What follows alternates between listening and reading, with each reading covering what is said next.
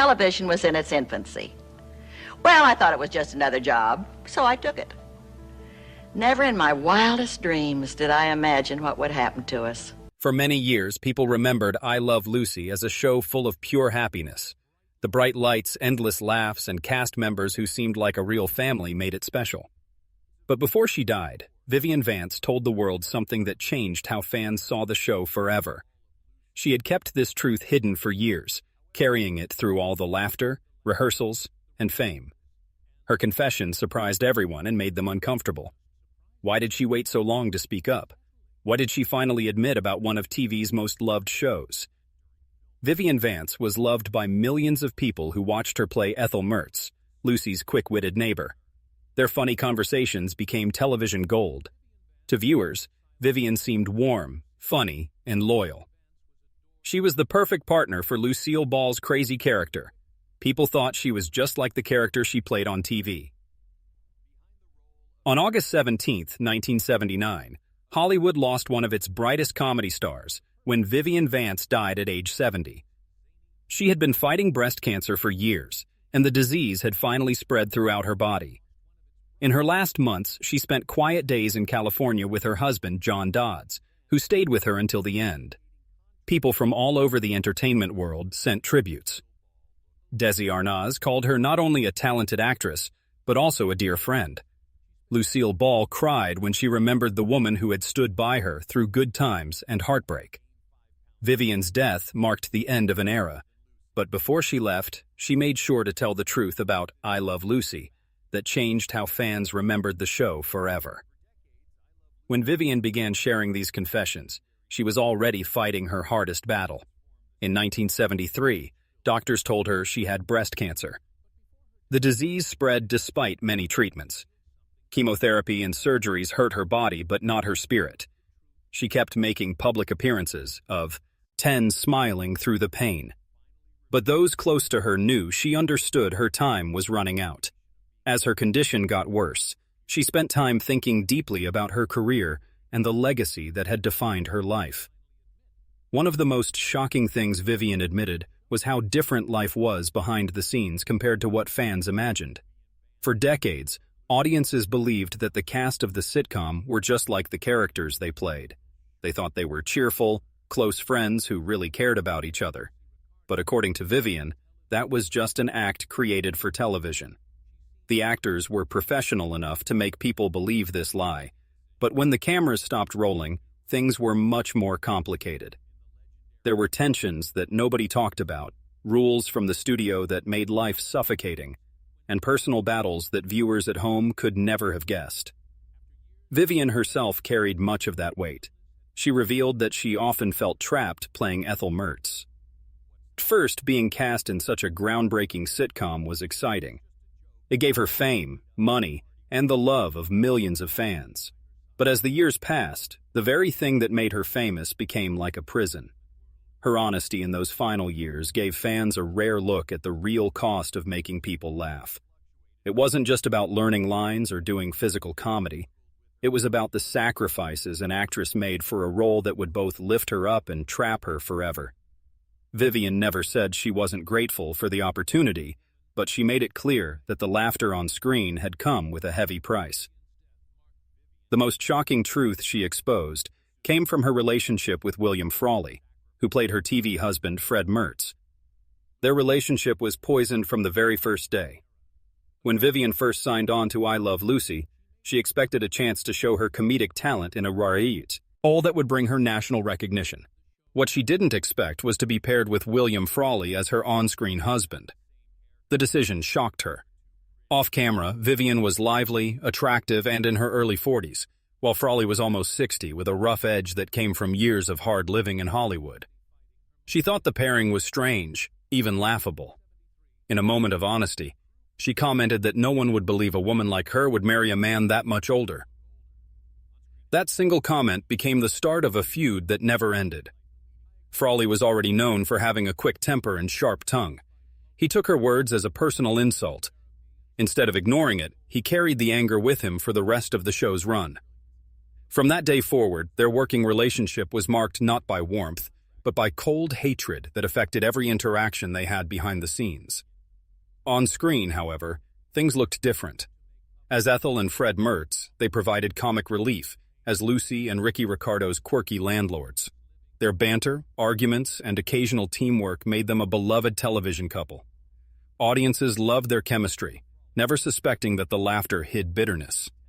The truth was that every line they delivered, every argument they acted out, and every moment of married annoyance they showed had a bit of real anger in it. What fans saw as scripted comedy often came from genuine irritation. Behind the cameras, their relationship never got better. The two exchanged nasty comments, sometimes whispered under their breath, sometimes aimed at each other during rehearsals. Frawley, who had a history of drinking and a reputation for being difficult, often made the tension worse with sarcastic remarks that hurt. Vivian refused to back down, and her wit was sharp enough to fight back. The crew got used to the hostility that hung in the air whenever Fred and Ethel had to share the shows. Despite this, both Vance and Frawley remained professional. They understood that whatever personal dislike they had, the success of the show depended on their ability to perform as a believable couple. So they did just that. In front of the studio audience, they argued with perfect comedic timing that made people laugh loudly. They worked together with precision, giving the impression of a long-married couple whose fights were more loving than cruel. The act was so perfect that many viewers believed they must have been friends in real life. The truth could not have been further from that. Vivian later admitted in interviews that their relationship was beyond repair. She recalled, "Bill and I never got along. From the very beginning, we simply couldn't stand each other. But we were actors, and we did our jobs. The funny thing is, people thought our bickering was love. It wasn't. It was the only real thing about Fred and Ethel." Her words revealed that the secret to their comedic chemistry was not affection, but anger used for performance. There were even moments when their feud became legendary among the crew. People said that Frawley would sometimes mutter under his breath about Vivian in language too harsh to repeat, while Vivian once admitted privately that she dreaded scenes that required too much closeness with him.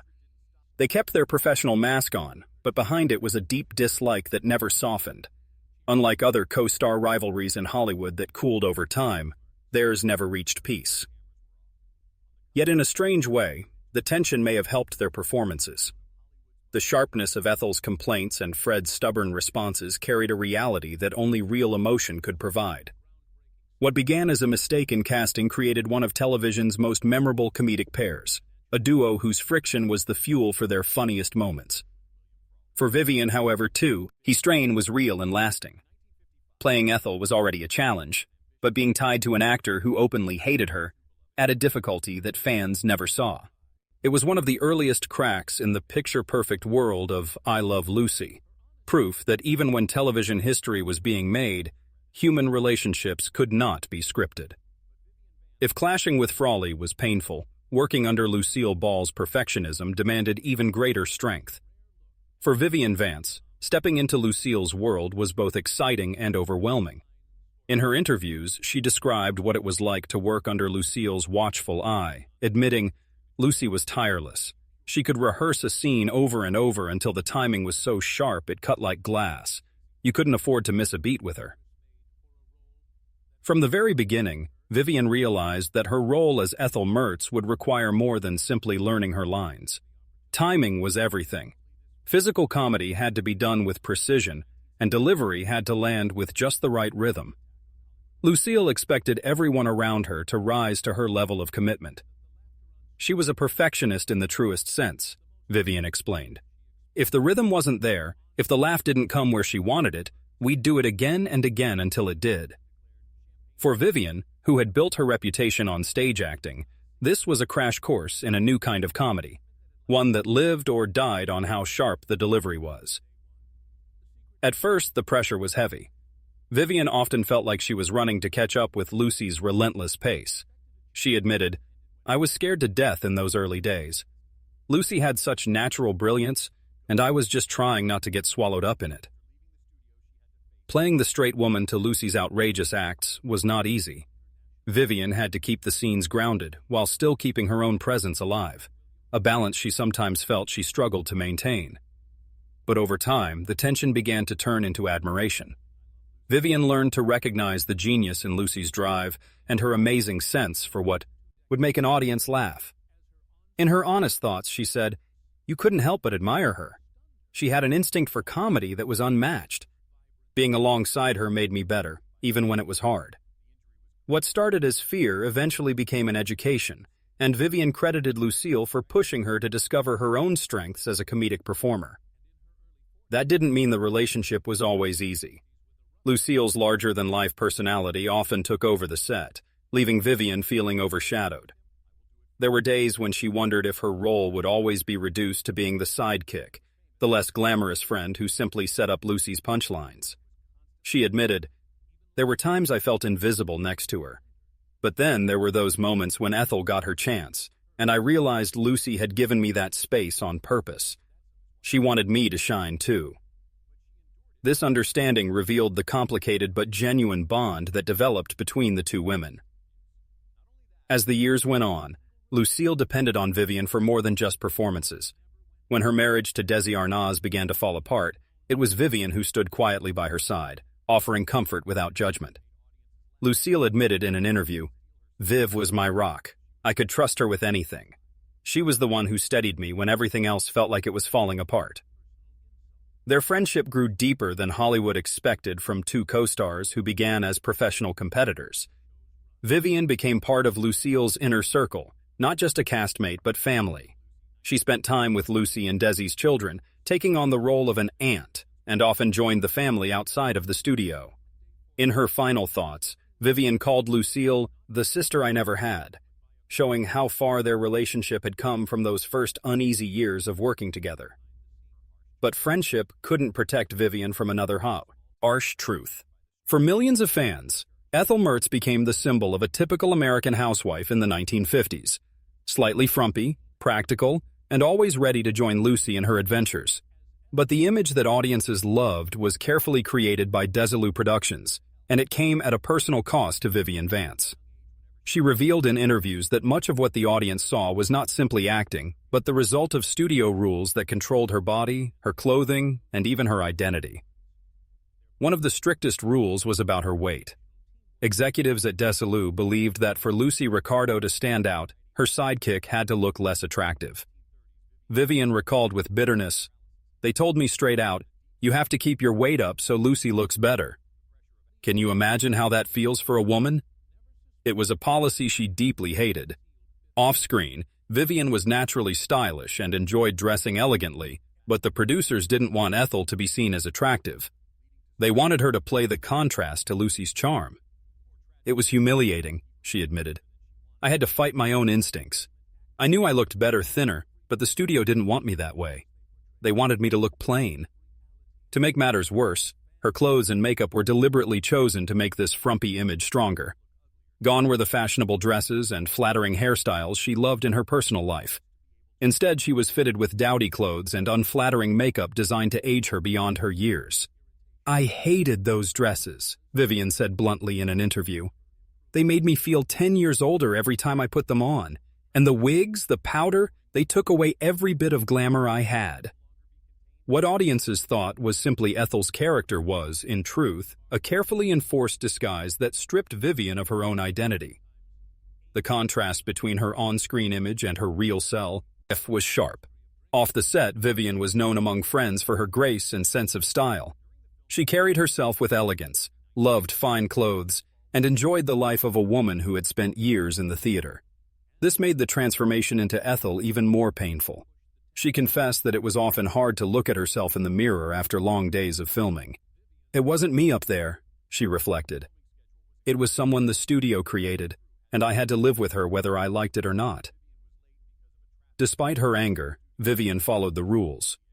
She knew that openly challenging Desilu could put her career at risk, and at that time, actors had little control over how they were shown. "You didn't argue with the studio," she explained. "They told you what to wear, how to look, even how much you should weigh. If you wanted the job, you did it." These words paint a stark picture of early television, where even stars of a hit show had little say in their own image. The demands weighed heavily on her, not just physically, but emotionally. She sometimes felt she was living two lives: Vivian Vance, the glamorous woman, and Ethel Mertz, the dowdy housewife who stole her reflection. The pressure added to her frustration with being typecast, as she found it nearly impossible to convince casting directors that she could play anything other than Ethel.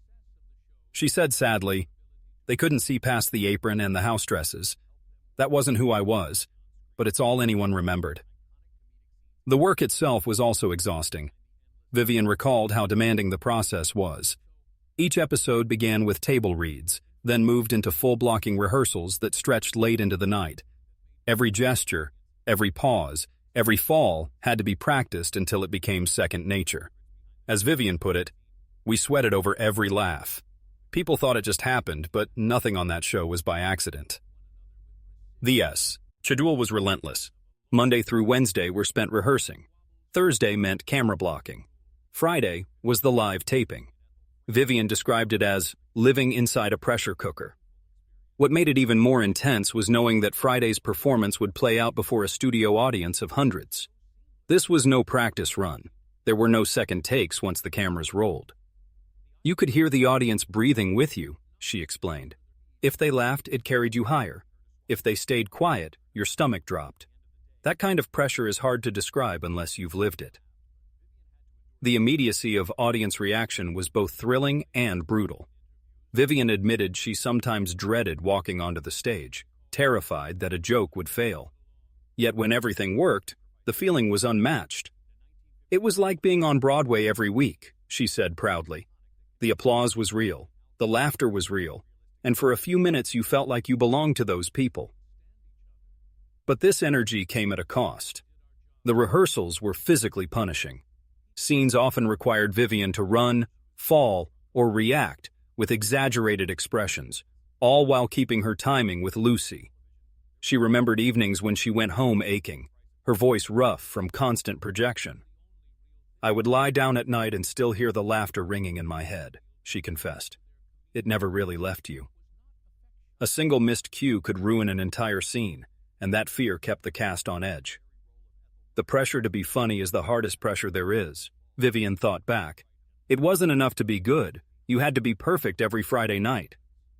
That pursuit of perfection demanded discipline, but it also wore her down year after year. Through all the exhaustion and frustration, one thing kept her going: her relationships. Lucille Ball often invited Vivian into her home, and in time, she became an aunt to Lucy and Des. Arnaz's children, Lucy and Desi Jr. The children loved her, and Vivian treasured the role. "I always felt like part of their family," she recalled warmly. "Those kids meant the world to me, and Lucy trusted me with them. That's a bond you can't fake." This closeness went beyond playful afternoons or dinners at the Arnaz home. Vivian was present through the cracks that began to show in Lucy and Desi's marriage. The glamorous couple that America loved was, in reality, fighting bitter battles behind closed doors. Vivian, who was often at Lucy's side during those years, became a quiet anchor. She admitted, "Lucy leaned on me during the hardest times. She could put on a brave face for the cameras, but when the day was over, she needed someone who wasn't going to judge her. I tried to be that person." Yet while she was a source of strength for Lucille, Vivian privately battled demons of her own. Fame had brought her recognition, but also loneliness. She often felt underappreciated, overshadowed by Lucy's towering star power, and boxed into the image of Ethel Mertz. In one honest moment, she confessed, "The audience loved Ethel, but sometimes I wondered if anyone loved Vivian. I felt like I had disappeared behind her apron." This feeling of being invisible haunted her, even as she enjoyed the love of fans who recognized her everywhere she went. Vivian's personal life was also filled with challenges. Her 4 marriages showed a difficult journey in search of stability and love. Her first marriage came early in 1928 to Joseph Danek. It seemed promising, but lasted only 3 years. Vivian rarely spoke about this period, but she later said she was too young and too focused on her career dreams to balance both marriage and work. "I was restless," she said years later. "I wanted something bigger than the life I had. Joe was a good man, but I wasn't ready to settle." Her second, marriage to George Koch in 1934 was another attempt at domestic happiness, but it too fell apart within 6 years. By this time, Vivian was fully involved in the New York theater world, building her reputation as a talented stage actress. The demands of constant rehearsals, travel, and money problems weighed heavily on the relationship.